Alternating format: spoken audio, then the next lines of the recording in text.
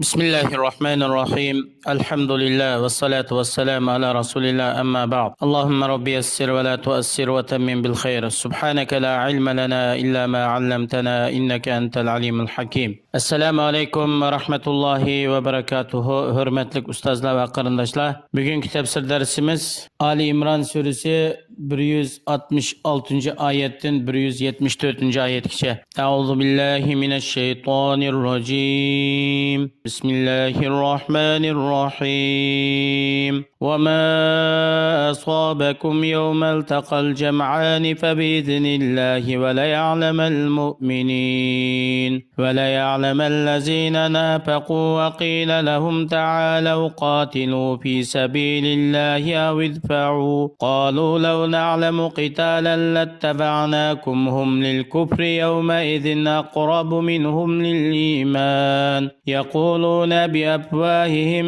ما ليس في قلوبهم والله أعلم بما يكتمون yuqorida tilovat qilingan oyatning qisqacha tarjimasi Uhud kunisida sizlar bilan mushriklar uchrashgan vaqtida musulmonlar bilan mushriklar uchrashgan vaqtida sizlarga yetgan mag'lubiyat jarohat va o'ltirilish qatorliq ishlarning hammasi bu Allohning izni Allohning taqdiri Allohning o'rinlashtirishi bilan bo'lgan. Buningda bir katta bir hikmatlar bor. Yani Allah subhanahu va taolo haqiqiy rostchil samimiy mu'minlar bilan ularning orasiga kirib olgan munofiqlarni amaliy oshkor qilib berish. Yana Allah subhanahu va taolo shu munofiqlarni oshkor qilish uchunki buning hikmat munofiqlarga sizlar Alloh yo'lida urush qilinglar, Allohning yo'lida jihad chiqinglar. Agar urushga kirishdan ansirsanlar hech bo'lmaganda musulmonlarning sonini ko'paytirish bilan bo'lsa-mu mudofaada turinglar. Oldingi safga chiqmasanlar, orqa saf mudofaada turinglar deyilsa, deydi ular. Agar biz bu yerda urush bo'lganligini bilsak, agishdik. Lekin bizning qarshimizcha urush bo'lmaydi. O sizlar bilan bu yerga kelgan qavm, ya'ni Quraysh kofirlarining orasida urush bo'lmaydi bizning qarshimizda. Urush bo'lganligini bilsak, biz sizlarga cho'qim agishib chiqdik, deydi. Bular mush so'zni qilgan holda bularningki iymonga nisbatan kufrga intayin yaqin. Ya'ni mu'minlik emas, kufrlik tarafga yaqin bu holda. Qalbida yo'shigan narsaning qarshisida tili bilan bir so'zlarni deydi. Alloh subhanahu va taolo ularningki qalbiga nimani yo'shiganligini Alloh yaxshi bilguchi. Alloh subhanahu va taolo shuning asosan ularni jazolaydi. Allazina qalu li ikhwanihim wa qa'adu law ata'una ma qutilu qul fadra'u an anfusikumul mauta in kuntum sadiqin. Urushdan kechikib qolgan dilda shakva, nifoq va bu kishilar deydi. Shu o'zining yaqinlari yoki mu'minlarga bulaylik Uhud kunisida shahid qilinganlik yoki musibat yetganlik xabarlarini anglagan vaqtida deb ketadi. Agar ular bizga itoat qilib, uyisida jim o'tirgan bo'lsa, urushga chiqmagan bo'lsa, o'ldirilmaydi. Vay mana chiqmanglar, urush chiqqan odam degan o'lib ketadi. Uyda qiling desak, unamay bo'la urushga chiqib o'lib ketibdi deb shunday deyishadi. Allohning payg'ambari ularga raddiya berib aytgan deydi. Agar Alloh yo'lda jihadga chiqmay, uyda o'ltirib olish sizlarni o'limdan saqlab qolishning sababi bo'lib qolsa, sizlar o'zinglarningki shu qarindoshlarimiz bizga itoat qilgan bo'lsa o'ldirilmaydi, hayot qolib qoladi, uydan chiqmagan bo'lsa jini salomat qoladi degan gapinglarda rostchil bo'lib qolsanglar, uyinglarda o'tirib, ajlinglar yetib, o'lim kelgan vaqtida o'limni o'zinglardan bir mudofaa qilinglar, o'zinglarni bir qo'g'dab biqinglar, o'limdan qochib biqinglar. Uyda o'tirsanglar, o'lmaydigan ish bo'lsa, sizlar shu o'lim kelgan vaqtida bir tarafga qochib ketinglar, o'limdan o'zinglarni saqlanglar, shu gapinglarda rostchil bo'lsanglar. Bu hergiz mümkün bo'lmaydi. Qo'rqinchaqlik uyda o'tirib bilish insonni o'limdan saqlab qololmaydi. Yoki qahramonlik, botirlik, shijoatlik, dushmanlarga qarshi urushga otlanish mu'minlarning ajlini qisqartib o'tmaydi, bularni o'limga ilib bormaydi, balki izzat, shon sharafga ilib boradi. ولا تحسبن الذين قتلوا في سبيل الله أمواتا بل أحياء عند ربهم يرزقون فرحين بما آتاهم الله من فضله ويستبشرون بالذين لم يلحقوا بهم من خلفهم ألا خوف عليهم ولا هم يحزنون يستبشرون بنعمة من الله وفضل وأن الله لا يضيع أجر المؤمنين Ey Allah'ın peygamberi, sizler Allah'ın yolunda cihat kılıp öldürülgen kişilerini ölek dep oylamışlar. Belki bular Perverdigarının huzurida izzet, şan, şeref, keramet diyarida özgü xas, özgüçe bir hayatlık bilen hayatdır. Ular türlük nimetlerden ettigini akşamları her vakit nimetlenip durdu. Bular nimetlengan bu nimetni Allah'tan başka hiç kim bilmeydi. Ular baxt saadet çömgen, xursandlik her taraftan uğragan. Nima sebepten? Allah'ın ularga ata qilgan fazli, yaxshiligi ko'p bo'lganlikdan. Bular bu nimet, şan, şeref, izzet, ikram, faziletning arsi turib, shunda kutib ketadi deydi. Dünyada hayat qilgan qarindoshlarimi Allah yolida cihat qilib, Allah'ın yolida bir şehitlik mertebesiga erishib, o'ziga qitilgan bo'lsa, ular Allah yolida cihat qilib, şehit bo'lgan bo'lsa, o'zlari erishganga o'xshash bir katta ne'matlarga, ajr savoblar, izzat, şan, sharaflarga erishdi. Ularga qiyomatning ishlaridan hech qanday bir qo'rqinchi bo'lmaydi va ular dunyoda qo'yib qo'ygan narsalardan g'ammi qilib ketmaydi.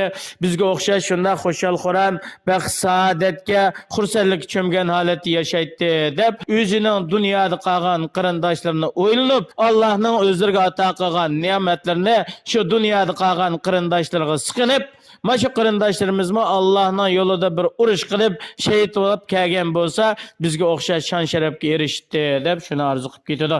Yastabshiruna bi ni'matin minallohi va fadlin va annalloha la yudhi'u ajral mu'minin. Bular mushu katta savob bilan xursand bo'lish bilan birga Allohning roziligini kutadi va bu savobga tiximiz ziyoda qilib berishini kutadi. Alloh subhanahu va taolo o'ziga ishongan mu'minlarning ajr savobini bekor qilib etmaydi, balki ularning ajrini mukammal to'liqlab beradi, balki qilgan amalidanmi nechasi ziyoda qilib beradi. Allazina istajabu lillahi var rasuli min ba'di ma asabahumul qarh للذين أحسنوا منهم واتقوا أجر عظيم الذين قال لهم الناس إن الناس قد جمعوا لكم فاخشوهم فزادهم إيمانا وقالوا حسبنا الله ونعم الوكيل Allah ve Allah'ın çakırkıga avaz koşkan kişiler kimler dese Uhud günüsü Müslümanlardan 70 kişi şehit buldu. Ulağa igır cerahatler yetti. Nurgun kişiler kılıç neyze okuyanın oklarda cerahatlendi. Bular müşündak cerahatlenip turuqluq, musibet yetken turuqluq. Şu Uhud uruşidin keyinlam Hamraul Asad degen jayga müşriklarga karşı jang qilishqa, yani Qurayshlar chekinmasdan, yani qaytadan Madinaga besib kelib, mu'minlarni tüp yıldızdan yo'q qilib etib qaytimiz deb Hamraul Asad degen joyda maslahat qilayotganlik xabari Payg'ambar alayhisolamga yetganda, Payg'ambarimiz sallallohu alayhi va sallam shu Uhud urushiga chiqqan sahobalarni shu urushga chiqishga chaqiriq qilgan. Bular o'zlariga yetgan musibat, badallarga yetgan o'q qilich nayzining jarohatlari shundoq qiyin sharoit turibmi, darhol Alloh va Allohning rasulininki chaqiriqiga ovoz qo'shib urushga chiqdi. Ularni bu yetgan musibat, qiyinchilik, jarohatlari Allohning rasulining chaqiriqiga ovoz qo'shishdan cheklab qo'yanmidi? Bular o'zlarining amallarini nihoyat yaxshi, go'zal shaklda qilgan mu'minlardir.